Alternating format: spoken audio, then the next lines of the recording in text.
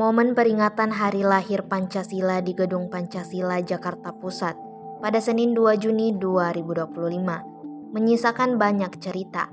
Wakil Presiden Gibran Rakabuming Raka tampak berinteraksi akrab dengan Presiden kelima Republik Indonesia, Megawati Soekarno Putri. Kehadiran Gibran dan Megawati dalam satu ruangan menjadi sorotan publik.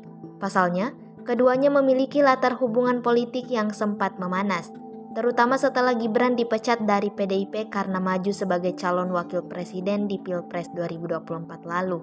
Meski sempat berbeda arah politik, suasana pertemuan itu justru terlihat cair.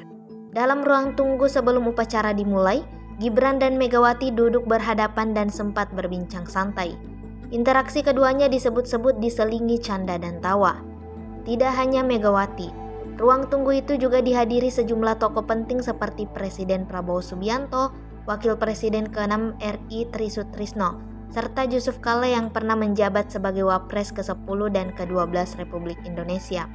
Gibran pun menunjukkan sikap hormat dengan menanyakan kondisi kesehatan Megawati dalam perbincangan tersebut. Kehangatan itu menjadi perhatian, mengingat hubungan mereka yang sempat merenggang sejak tahun lalu. Namun, sejumlah pengamat menyebut kendati hubungan Megawati dan Gibran mulai mencair, persoalan utama justru terletak pada dinamika antara Megawati dan Presiden ke-7 Joko Widodo. Namun sejumlah pengamat menyebut, kendati hubungan Megawati dan Gibran mulai mencair, persoalan utama justru terletak pada dinamika antara Megawati dan Presiden ke-7 Joko Widodo. Relasi keduanya dinilai belum sepenuhnya pulih pasca kontestasi Pilpres.